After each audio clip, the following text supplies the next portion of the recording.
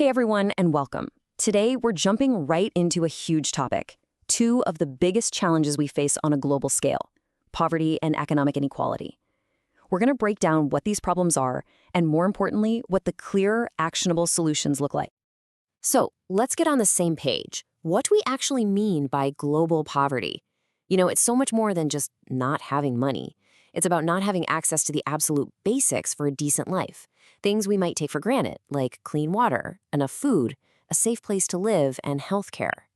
For hundreds of millions of people, this isn't some abstract idea. It's their daily fight for survival. And running right alongside poverty is its close cousin, economic inequality. This is about the massive gap between the wealthy and everyone else. It creates this chasm that basically slams the door on opportunity for so many. When where you're born pretty much decides your entire future, it doesn't just crush individual dreams. It can seriously stir up resentment and threaten the stability of whole societies. So that brings us to our first section. To really get a handle on the scale of this, we need to make these big definitions a little more, well, real. And this slide just lays it out plain and simple. We're not talking about luxuries or nice-to-haves here. We're talking about the absolute, non-negotiable fundamentals: food, water, shelter, education, and health. Think of these as the essential building blocks for any stable life. Without them, it's almost impossible to get ahead. Now, looking at the problem, it's easy to feel overwhelmed. But if there's one thing you should take away from all this, it's this. This is not an unsolvable crisis. The way forward isn't some big mystery. In fact, there are clear, well-defined pillars that form a real, comprehensive solution. Okay, let's jump into the first of those pillars. This one is all about tackling the problem from the top down. We're talking about changing the big, large-scale economic and political systems that often keep poverty and inequality locked in place. And this slide maps out a really powerful three-part plan. First up, progressive taxation.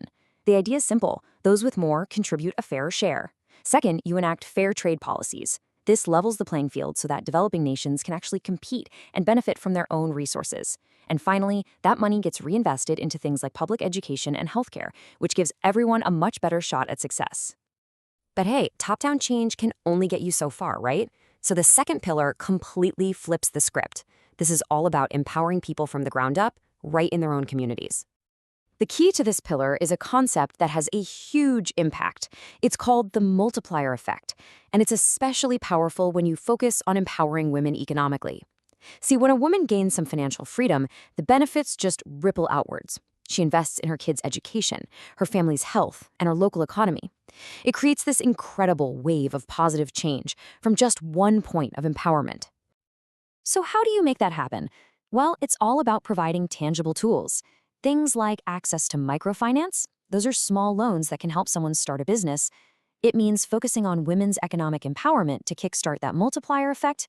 And it means tearing down old barriers by making sure there's equal access to financial resources and even the right to own land. These aren't handouts. They're crucial investments in people's potential.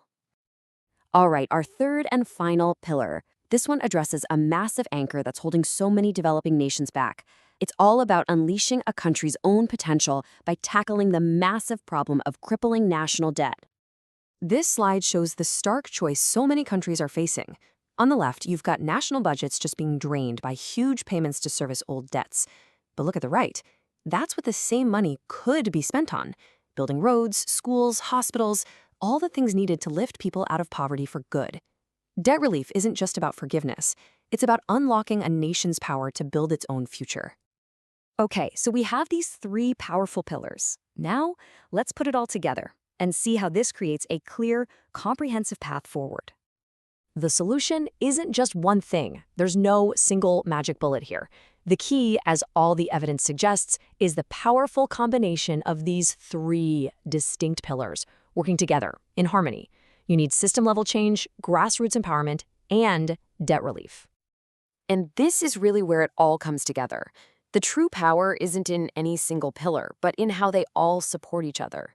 Fairer global systems create the room for national economies to grow, which then allows for more investment in empowering people at the grassroots level. It's that synergy that creates a cycle of progress that can actually last. And all of this leaves us with one final and honestly crucial question. The strategies are there. The path seems clear. So if we know what the answers are, the most important question left is, What does it take to turn these plans into reality? What's the very next step?